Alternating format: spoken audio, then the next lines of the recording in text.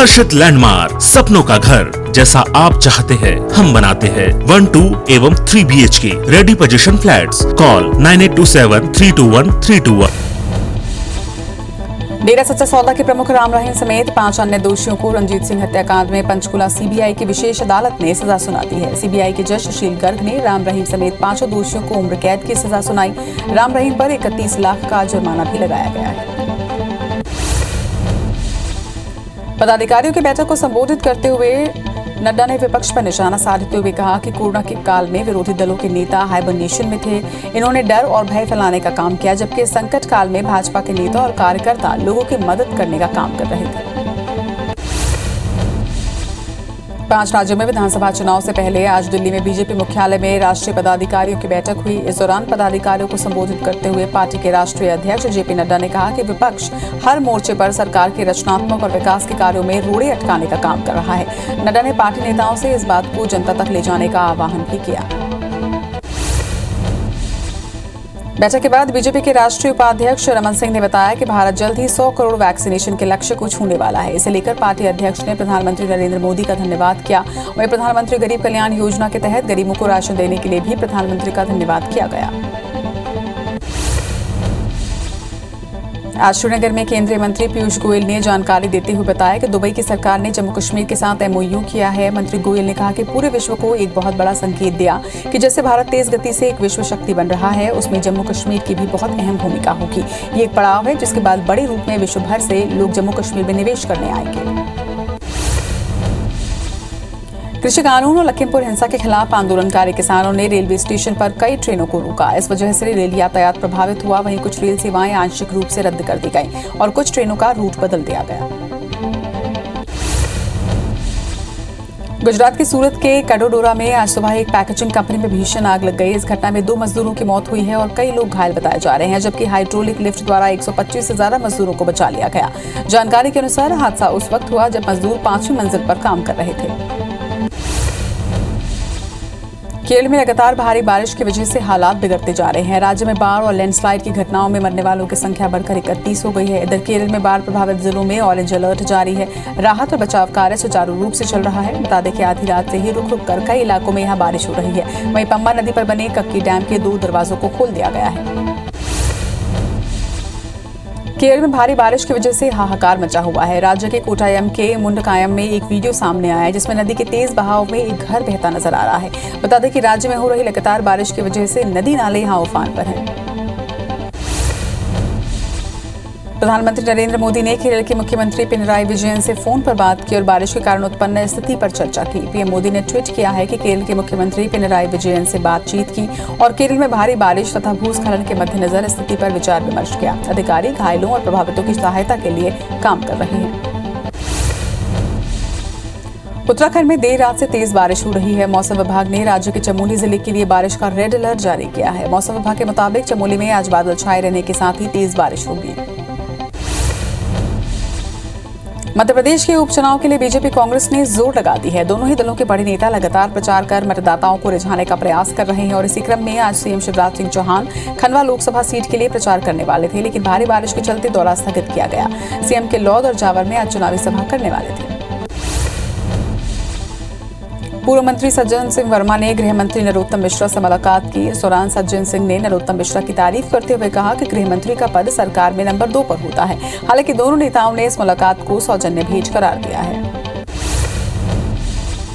मध्य प्रदेश में उपचुनाव के लिए केंद्रीय मंत्रियों के कार्यक्रम तय हो चुके हैं। केंद्रीय मंत्री नरेंद्र सिंह तोमर 22 से 27 अक्टूबर तक उपचुनाव में प्रचार करेंगे, तो वहीं सिंधिया और उमा भारती के भी चुनावी कार्यक्रमों को तय किया गया है। बीजेपी चुनाव प्रबंधन समिति के संयोजक भूपेंद्र सिंह ने यह जानकारी दी। कांग्रेस विधायक लक्ष्मण सिंह ने ट्वीट कर अपनी ही पार्टी पर सवाल उठाए हैं, तो बीजेपी ने चुटकी लेने में देर नहीं की। प्रदेश के गृह मंत्री नरोत्तम मिश्रा ने कहा कि जब कांग्रेस में अध्यक्ष ही नहीं है तो बूथ कहां से मजबूत होगा। राहुल गांधी कोई चुनाव नहीं जीतेंगे, लेकिन कांग्रेस अध्यक्ष का चुनाव जरूर जीत जाएंगे। लक्ष्मण सिंह का दर्द पहले भी सामने आ चुका है। उपचुनाव को लेकर प्रचार का दौर जारी है। कांग्रेस अब खंडवा लोकसभा क्षेत्र के चुनावी मैदान में सचिन पायलट को उतारने जा रही है। 26 अक्टूबर को सचिन पायलट अलग अलग जगहों पर चुनावी सभा करेंगे। दरअसल सिंधिया के बीजेपी में शामिल होने के बाद कांग्रेस के पास कोई भी बड़ा युवा चेहरा नहीं है और यही कारण है कि कांग्रेस अब सचिन पायलट के जरिए आगे बढ़ने की कोशिश कर रही है। मध्य प्रदेश के उपचुनाव में सचिन पायलट के प्रचार करने पर बीजेपी चुनाव प्रबंधन समिति के संयोजक भूपेंद्र सिंह ने तंज कसा है। भूपेंद्र सिंह का कहना है कि कांग्रेस प्रचार के लिए जिसे बुलाना है बुला ले, हमें जिस नेता की जरूरत होगी वहां प्रचार के लिए भेजेंगे। मुख्यमंत्री भूपेश बघेल 2 दिन के बस्तर दौरे पर हैं। इस दौरान उन्होंने जगदलपुर के मारपाल में आदर्श स्कूल का निरीक्षण किया। प्रशासन ने इसे मॉडल स्कूल की तर्ज पर तैयार किया है। यहाँ पहुंचे मुख्यमंत्री ने बच्चों के बनाए गणित और विज्ञान के मॉडल की सराहना भी की। आजादी के अमृत महोत्सव के चलते भिलाई में क्लीन इंडिया कार्यक्रम के तहत 1 से 31 अक्टूबर तक विभिन्न स्वच्छता कार्यक्रम चलाए जा रहे हैं और इसी कड़ी में दुर्ग सांसद विजय बघेल ने युवाओं के साथ मिलकर सिविक सेंटर में साफ सफाई की। कार्यक्रम में सिविक सेंटर, राष्ट्रीय स्वयंसेवक व भिलाई चैंबर ऑफ कॉमर्स ने भी बढ़ चढ़कर हिस्सा लिया। नर्मदा परिक्रमा पर आपत्तिजनक टिप्पणी करने पर सांसद साध्वी प्रज्ञा का विरोध तेज हो गया है। साध्वी प्रज्ञा के इस बयान पर अब कांग्रेस को सियासत करने का मौका मिल गया है। वहीं कांग्रेस ने नर्मदा के जल से साध्वी प्रज्ञा का शुद्धिकरण कर बयान का विरोध किया। मध्य प्रदेश में प्रधानमंत्री किसान सम्मान निधि योजना में अपात्रों के शामिल होने के मामले को देखते हुए सरकार फोटो मिलान कर पात्रता तय कर रही है। इसके लिए भू अभिलेख पोर्टल से भूमि संबंधी सत्यापन भी कराया जा रहा है। दरअसल पिछले दिनों प्रदेश के 2.5 लाख किसानों के अपात्र होने की बात सामने आई थी। इनका परीक्षण कर राशि वापस लेने की कार्रवाई भी की जा रही है। दंतेवाड़ा में मुर्की गांव में अज्ञात लोगों ने एक दंपत्ति की गला रेतकर हत्या कर दी। पुलिस ने पति और पत्नी का शव नाले के पास से बरामद किया। फिलहाल सिटी कोतवाली पुलिस ने अज्ञात लोगों के खिलाफ मामला दर्ज कर जांच शुरू कर दी है। प्रदेश के कॉलेजों में पढ़ा रहे करीब 3000 अतिथि शिक्षक आज उच्च शिक्षा मंत्री उमेश पटेल के बंगले का घेराव करने के लिए निकले। सप्रेशाला स्कूल के पास पुलिस ने बैरिकेडिंग कर उनका रास्ता रोक दिया। इस दौरान अतिथि शिक्षकों और पुलिस के बीच झूमाझटकी भी हुई, जिसमें एक महिला प्रदर्शनकारी थोड़ी देर के लिए बेहोश भी हो गई। इसके बाद सारे अतिथि व्याख्याता सड़क पर ही बैठ गए। यूपी के लखीमपुर खीरी कांड को लेकर ग्वालियर में अखिल भारतीय किसान सभा ने जमकर प्रदर्शन किया। फूलबाग चौराहे से पड़ाव तक प्रदर्शन किया गया, जिसके बाद रेल रोकने के लिए रेलवे स्टेशन की ओर ये लोग आगे बढ़े, जिसके बाद पुलिस ने पड़ाव चौराहे से पहले ही लक्ष्मीबाई की समाधि स्थल पर 70 से 80 लोगों को गिरफ्तार किया है। इनमें महिलाएं और पुरुष शामिल हैं। केशकाल नेशनल हाईवे 30 में एक बेकाबू ट्रक ने 3 ट्रकों को ठोकर मार दी। ट्रक का ब्रेक फेल होने के चलते ये दुर्घटना हुई। हालांकि घटना में कोई भी जनहानि नहीं हुई है। वहीं घटना के बाद सड़क में लंबा जाम लग गया। केशकाल पुलिस मौके पर पहुंचकर जाम को उन्होंने हटवाया। मध्य प्रदेश के सरकारी कर्मचारियों को डीए का तोहफा मिल सकता है। दिवाली से पहले सरकारी कर्मचारियों को डीए का तोहफा दिया जा सकता है। डीए देने के लिए वित्त विभाग ने मुख्यमंत्री सचिवालय में प्रस्ताव भेजा है। लंबे समय से सरकारी कर्मचारी डीए की मांग कर रहे थे। वहीं कोरोना के चलते प्रदेश के वित्तीय हालात ठीक नहीं होने से डीए को रोका गया था। उज्जैन के महाकालेश्वर मंदिर में पिछले 3 महीनों में दान पेटी, लड्डू प्रसाद बिक रहे। ऑनलाइन दान, शीघ्र दर्शन और भस्म आरती शुल्क से 23 करोड़ रुपए की आय हुई है। मंदिर समिति के अध्यक्ष और कलेक्टर आशीष सिंह ने कहा है कि इस आय में मंदिर के सभी प्रकार के खर्चे हटा दिए जाएं तो मंदिर समिति को 3 महीने में 9 करोड़ रुपए की आय हुई है। मुरैना जिले में खाद की कालाबाजारी करने वालों पर पुलिस नकेल कसने में जुटी हुई है। पुलिस की टीम ने एक खाद गोदाम में छापामार कार्रवाई की, जहां से 1000 से ज्यादा डीएपी और यूरिया खाद के कट्टे जब्त किए गए। पुलिस ने आरोपी के खिलाफ केस दर्ज कर गोदाम को सील कर दिया है। ग्वालियर जिले में रेत का अवैध उत्खनन जारी है। ग्वालियर दतिया जिले की सीमा में सिंध नदी पर अवैध उत्खनन हो रहा है। सिंध नदी में अवैध रेत उत्खनन की तस्वीरें भी सामने आई हैं, जिसमें बंदूकधारी रेत माफिया बेखौफ रेत उत्खनन कर रहे हैं। वहीं पनडुब्बी और हिटैची मशीन से रेत निकाली जा रही है। बुरहानपुर के धूलकोट से लौटते वक्त कंप्यूटर बाबा का वाहन दुर्घटना का शिकार हो गया। हादसे में ड्राइवर को चोटें आई हैं। वहीं कंप्यूटर बाबा ने इस घटना को साजिश बताया, जिसका विरोध उन्होंने सड़क पर लेट कर किया।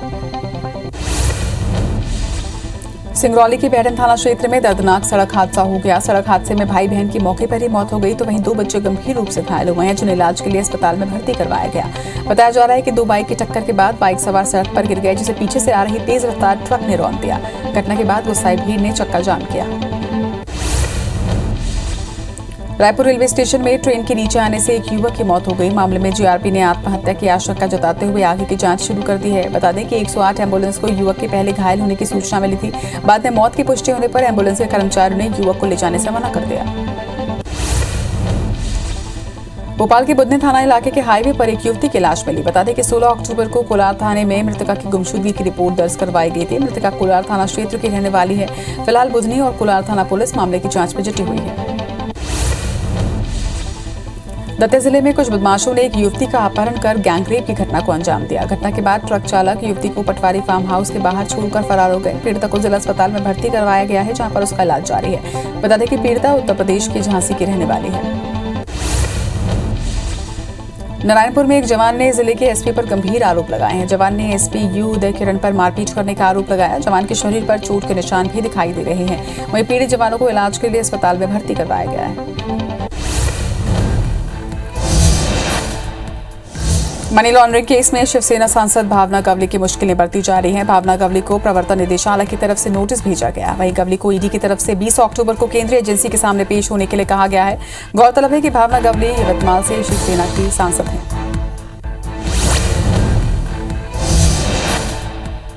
यूपी के शाहजहांपुरा जिले में बड़ी वारदात देखने को मिली। बेखौफ बदमाशों ने शाहजहांपुर के कोर्ट के अंदर घुसकर वकील की गोली मारकर हत्या कर दी। फायरिंग की आवाज के बाद वहां मौजूद वकील दौड़कर घटनास्थल पर पहुंचे, लेकिन तब तक आरोपी फरार हो चुका था। वहीं गोली मारने वाला शख्स तमंचा वहीं पर छोड़कर मौके से फरार हो गया। महाराष्ट्र में धारवाड़ी जेल में 20 कैदी कोरोना पॉजिटिव पाए गए हैं। वहीं महाराष्ट्र में कल्याण के धारवाड़ी जेल के 20 कैदी कोरोना पॉजिटिव मिले हैं। जेल अधिकारियों ने बताया कि इन सभी को थाने सिविल अस्पताल में भर्ती करवाया गया है। वहीं मुंबई में रविवार को कोरोना से मौत का एक भी मामला सामने नहीं आया। राज्य में कोरोना संक्रमण से मुंबई शहर सबसे अधिक प्रभावित रहा है। पूरे देश में अब तक कोविड वैक्सीन की 98 करोड़ डोज लगाई गई है। केंद्रीय स्वास्थ्य मंत्री ने कहा कि जल्द ही हम 100 करोड़ वैक्सीनेशन के आंकड़े को पूरा कर लेंगे। वहीं स्वास्थ्य मंत्रालय ने यह भी बताया कि राज्यों और केंद्र शासित प्रदेशों को अब तक वैक्सीन की 102 करोड़ से ज्यादा डोज उपलब्ध कराई गई है। राज्यों के पास अभी 10 करोड़ 72 लाख से ज्यादा डोजेस उपलब्ध हैं।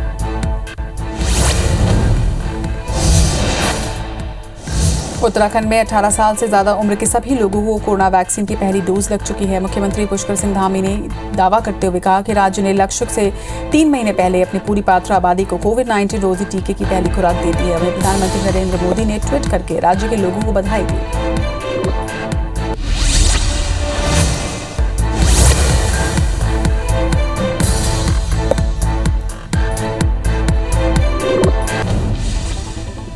रायपुर पुलिस ने नशे के खिलाफ बड़ी कार्रवाई करते हुए 150 ग्राम चरस के साथ तस्कर को गिरफ्तार किया है। सीएसपी कोतवाली की टीम ने यह कार्रवाई की। जब्त चरस की कीमत करीब 4.5 लाख रुपए बताई जा रही है। बिलासपुर में विसर्जन के दौरान बदमाशों ने ऑटो चालक पर चाकू से हमला कर दिया। हमले में ऑटो चालक गंभीर रूप से घायल हुआ है। वहीं फिलहाल पीड़ित को अस्पताल में भर्ती करवाया गया, जहां उसका इलाज जारी है। मामले में सिविल लाइन थाना पुलिस ने एक आरोपी को गिरफ्तार भी किया है। जबलपुर में लोकायुक्त ने बीआरसी ग्रामीण दफ्तर पर छापा मारा और विकासखंड शिक्षा अधिकारी ठाकुर प्रसाद पटेल को 6,000 रुपए की रिश्वत लेते हुए रंगे हाथों गिरफ्तार किया। आरोपी ने अपने ही दफ्तर में संविदा पोस्टिंग पर पदस्थ अकाउंटेंट से एक बिल पास करने के एवज में 12,000 रुपए की रिश्वत मांगी थी। अकाउंटेंट की शिकायत पर लोकायुक्त पुलिस ने आरोपी बीआरसी को रिश्वत लेते हुए धर दबोचा। विदिशा जिले में बस स्टैंड में शॉर्ट सर्किट के चलते 2 बसों में आग लग गई। जानकारी के मुताबिक बस स्टैंड में लगभग 15 से अधिक खाली बसें खड़ी हुई थी, जिसमें अचानक आग लग गई। आग की लपटें इतनी तेज थी कि खड़ी जीपों को भी उसने अपनी चपेट में ले लिया। कई गाड़ियों की बैटरी फटने से जोरदार धमाका भी यहां हुआ। मौके पर पहुंची दमकल की गाड़ियों ने आग पर काबू पाया। जिला अस्पताल शिवपुरी में आग से झुलसे मरीजों के लिए अलग से बर्न वार्ड नहीं है। बता दें कि यहां आग से झुलसे हुए मरीजों को सर्जिकल वार्ड में रखा जा रहा है। हाल ही में एक 70% जले हुए मरीज को सर्जिकल वार्ड में रखा गया, जिससे उसकी मौत हो गई। जबलपुर के यादव कॉलोनी में किसी अज्ञात ने एक बच्चे को कचरे में फेंक दिया था और वहां से गुजरते हुए शख्स ने बच्चे की रोने की आवाज सुनते ही पुलिस को इसकी सूचना दी, जिसके बाद युवक ने पुलिस की मदद से बच्चे को अस्पताल पहुंचाया।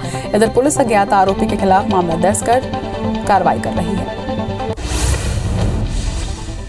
बिलासपुर के कोटा क्षेत्र के आमामुड़ा में अंतिम संस्कार में शामिल 17 लोग फूड पॉइजनिंग के शिकार हो गए। उल्टी दस्त की शिकायत के बाद आधा दर्जन लोगों को अस्पताल में भर्ती करवाया गया। वहीं जानकारी के मुताबिक गांव की एक महिला के अंतिम संस्कार में शामिल होने के बाद लोगों की तबीयत बिगड़ने लगी। फिलहाल सभी की स्थिति सामान्य बताई जा रही है।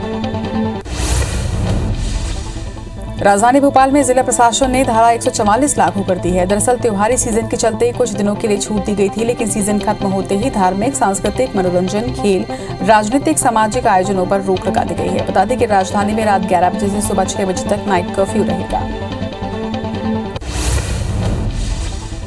राजधानी रायपुर समेत प्रदेश के कई हिस्सों में देर रात बारिश हुई। सिस्टम के चलते अधिकांश छत्तीसगढ़ में आज हल्के से मध्यम बारिश होने की संभावना है।